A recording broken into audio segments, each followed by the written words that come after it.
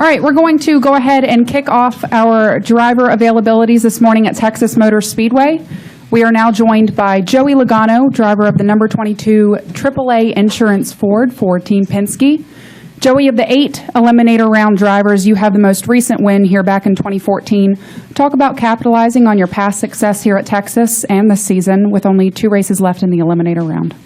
Yeah, we're excited about being here at Texas. This has been a great racetrack for us. We all know mile and a halves have been Team Penske's strong suit over the last few years. So our team is fired up. Our team's ready to go, ready to get on the racetrack, and we know what we got to do. We have to go out there and win. And the nice part about it is that we know we can do it. We've done it a lot here recently, and this is like I said, a good racetrack for us. So we're excited to get out there, start practice, get qualifying through, hopefully get a good starting spot, and be ready for the race. All right, we'll go ahead and open it up to questions. Just a reminder, please limit yourself to 1 question. We'll start with Dustin Long and then go to Bob Pockris. Dustin Long, NBC Sports. Joe, I want to clarify something. Last week, in your interview with us after you left the infield care center at Martinsinsville, you were asked if you had tried to contact Matt since the accident to kind of prevent what happened last week, and your response was you kind of go, huh, and said they won't let me get to him. Can you clarify, did you try to reach out to him? How were you rebuffed on that? And I guess the question is, in this, as some people would have in this era too, where everybody's got cell phones, everybody's got numbers, if you weren't able to contact him, how were you not just able to go straight to him? I think that was taken in a different way. I thought the question was if we talked to each other after the crash that just happened that weekend. But to answer your question about Kansas, to me, in my opinion, watching the race and what happened, I saw that, and I'll stay true to what I've been saying. We had a great race going there for the lead. There were some blocks thrown, and the third time I kept my nose in there. And the way I view it personally is that it's hard racing.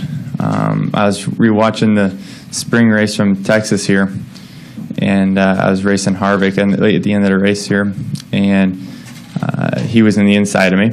I took the risk of blocking, took that risk, and I knew the consequences. He moved me out of the way, and I said, oh, that's what I had. That's what I had coming to me. I said he kept his nose in there. I knew that chance that I was taking, and there's nothing I ever said to him. I didn't expect a phone call from that.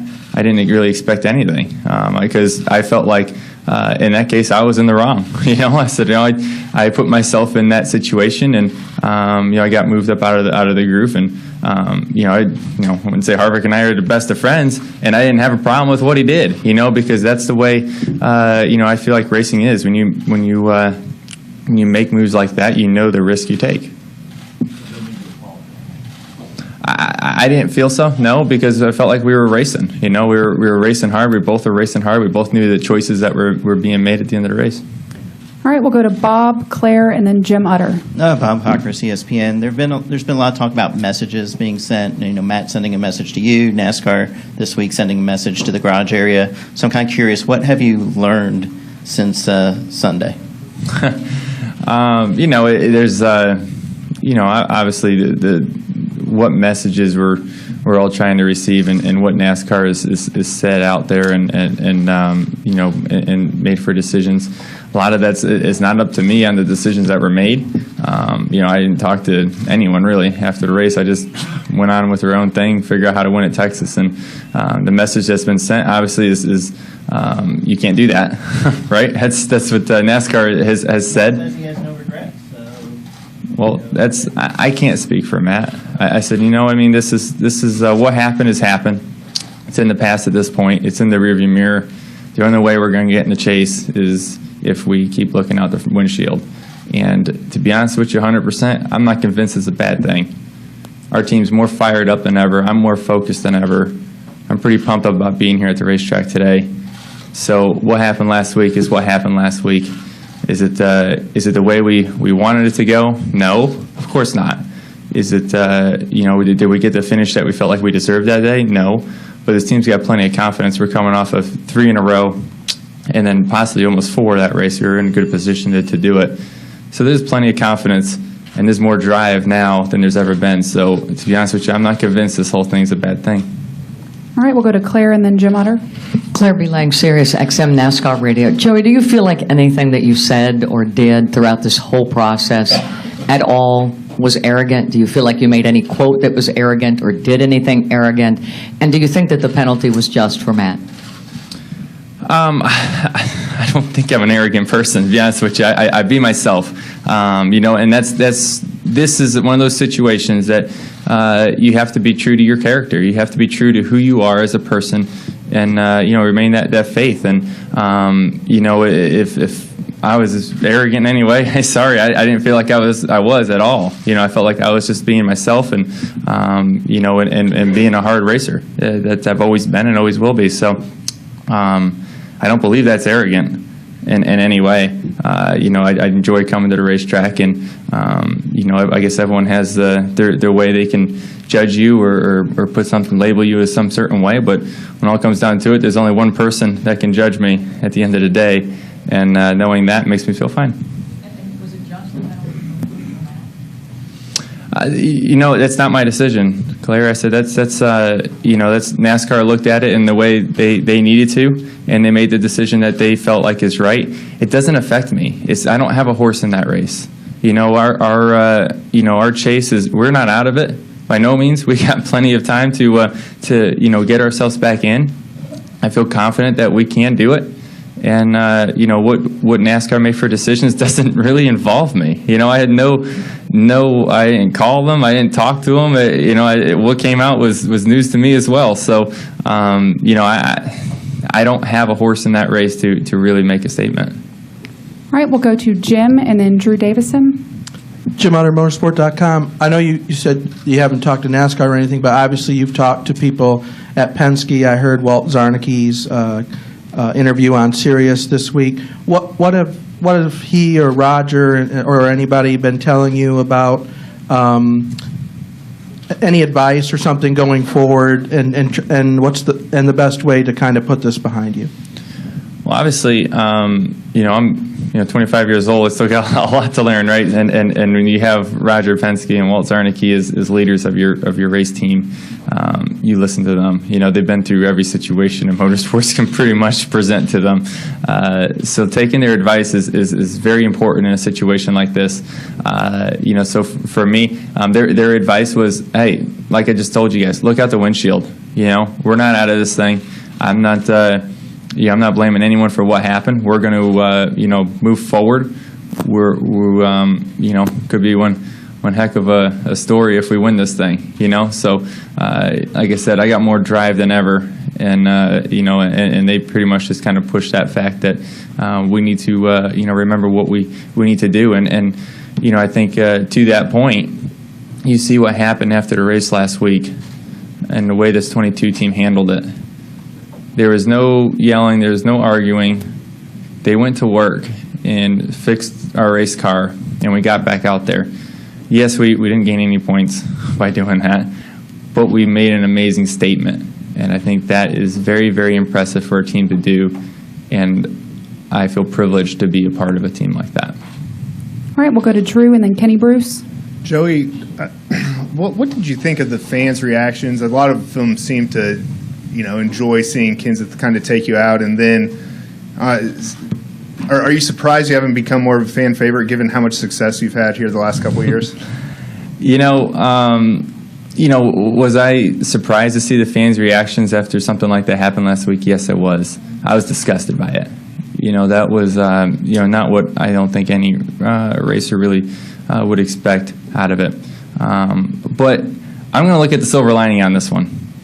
There is more number 22 T-shirts and Joey Logano T-shirts and hats walking around. When I was walking out of Martinsville, I noticed that. And I said, man, there's more fans that root for me now than ever before. That's pretty cool. You know what I mean? So instead of listening to the critics and listening to the fans that may not like me, I'm going to look at the silver lining and say, you know what? I have more fans than I ever had before, and I love it, and I appreciate every one of them. They're very good people. Obviously, I feel like they're not the ones throwing things on the racetrack or anything. I think they're very stand-up people, and I appreciate having them wearing my T-shirt. You know, it's something I want to have my name involved with. It was people like that, and I appreciate having a lot of support on my side. All right, we'll go to Kenny and then Jerry Fraley. Kenny Bruce, NASCAR.com. Joey, I know this isn't an issue for a couple of weeks, but will you race Matt any differently when he does return? Nope, move forward. Our goal when we get to the racetrack is to win the race. It's not revenge. It's not taking someone out. There's a trophy. When I walked in here, there's a pretty cool trophy over there with a cool hat on the top. I thought it was pretty neat. I want that, you know. And then when we get to Homestead, there's going to be another cool trophy. I don't know what it looks like, but I bet it's pretty cool because I haven't seen a not cool trophy yet. And we're going to want that. That is the number one goal when this race team gets to the racetrack. And that's the way we're going to remain. When I say this is a test of character, that's what I mean by that. This is this puts us in a situation that it's a true test. And when you think about being a champion and being a champion in life, this is a true test of that type of person you are. And I look forward to the opportunity. Does having issues, or just not even having issues, just does how someone raced you on the track influence how you're going to race them going forward? Yeah. Regardless of whether somebody you have a run in or not. Oh, of course. It always does. You always look at the way people race you before and determine the way you're going to race them. You know, that's part of getting to the ultimate goal of winning the race, right? Is you have to be a student of sport and study the character of other drivers and the way they do things. And, you know, that's what any competitor would do at that point. But, you know, to consume yourself with that is a completely different statement. All right, we'll go to Jerry. Jerry Fraley, Dallas Morning News. Joey, a couple days ago on your Twitter account, I don't know if you posted it or someone posted it for you, the sermon, "I Will Fight." And I think I get it, but could you elaborate on what that sermon means to you at this time and why you or someone chose to post it at this time? You know, that's something, you know, I'm a member of the Elevation Church in North Carolina, and, you know, something that Pastor Stephen Furtick put up. And, you know, I've been listening to it for quite some time, and it's motivational to me. I think some people did not take the time to maybe download it and listen to it, and people jump to conclusions like normal. That's fine. But if you took the time to download it and listen to it, it may be completely different than what you thought it was or what a lot of comments were made about it. And that's something that motivates me. I listen to it a lot. I listened to it this morning to fire me up. It's something that helps me as a person. You know, it reminds me every day that, you know, I need to go out here and fight. And I need to do things the right way, do things in the way that God wants us to do it. And, you know, something, like I said, it helps me, it helps get me fired up, you know, for every day. So, you know, I felt like at that point when I was driving down the road and I was listening to it, I said, you know what, maybe there's somebody else out there that needs to hear this right now. You know, I don't know who it is. I don't know what people are fighting. But like I've said a lot of times in our sport, that we're on an amazing platform that we can reach people and help people in these amazing ways. And, you know, I don't know if it helped someone that day, but maybe someone downloaded it and was struggling with something in their life and they were able to listen to it and help them. You know, to me, that's what life's about. You know, that's the biggest things we can do, and that was the whole reason why I posted it. All right, we'll go to Jay and finish up with Brant. Jay Pennell with Fox Sports. Is there anything in this whole process that you feel like you could have handled it differently, or, you know, maybe reached out to Matt beforehand, before you got to Martinsville, or things like that? I mean, you were leading that race and potentially could have won that race and locked yourself into the championship battle at Homestead, and that could potentially keep you out of this title fight. You know, if you do not advance, is there anything you're going to look back on and say, maybe I should have handled it differently? No, I'm confident in the decisions that we've made. You know, I've confidence in decisions I made as a driver. I'm confident in the decisions we made as a team. You know, so I'm you know, like I said earlier, that was a racing thing. What happened in Kansas, and I wouldn't expect a phone call from someone else if that happened. So, you know, and I thought about it. Obviously, it's a decision you make, and you think about how you handle every situation. And you know, that was not the way that you ever want to see a race to end in Kansas that day. You know, you wanted to you know, battle that all the way to the end, and you don't want to see, you know, that happen. But when I look at it, and the more I looked at it, I said, it's a racing thing. It just happened. It's unfortunate, but I would understand this the same thing if it happened to me. Like I've been saying, he was racing for the win. He was doing what he had to do. He knew the chances and the risk that he was taking, I would assume. I don't know. And from my point of view, I would if I was driving the car. But everyone is entitled to their own opinion. Everyone's entitled to the way they can view it their own way, and I respect that. That's fine. Everyone can think about it the way they want to. Every one of you guys in here today can think about the way they view this situation in different ways. And I respect every one of them because it's the cool part about our world and our life that we can do that. All right, we'll finish up with Brant James. Brant James, USA Today Sports. Do you think this incident and this punishment will change how guys race, how they react when they're mad with each other, or is it just so extreme that maybe you can't use it to define what the new line is? Yeah, I think it will. And I think it will for certain drivers, you know what I mean, and what you would do in those situations. And, like I said, I can't speak for everyone in our sport, you know what I mean? I'm just, I worry about what I am as a race car driver, what our team is as a race team, and I worry about that and how I would handle situations and knowing the consequences with it. So does it change the way I would handle a situation? Probably not. Does it change the way other people would handle a situation? I can't answer that. I don't know. But I think we all did learn what NASCAR's stance is on this, and I think that was something that we'll all put in our memory bank, and we'll definitely know that going into the future. All right, thanks for joining us, Joey, and good luck this weekend. Cool. Thank you, guys.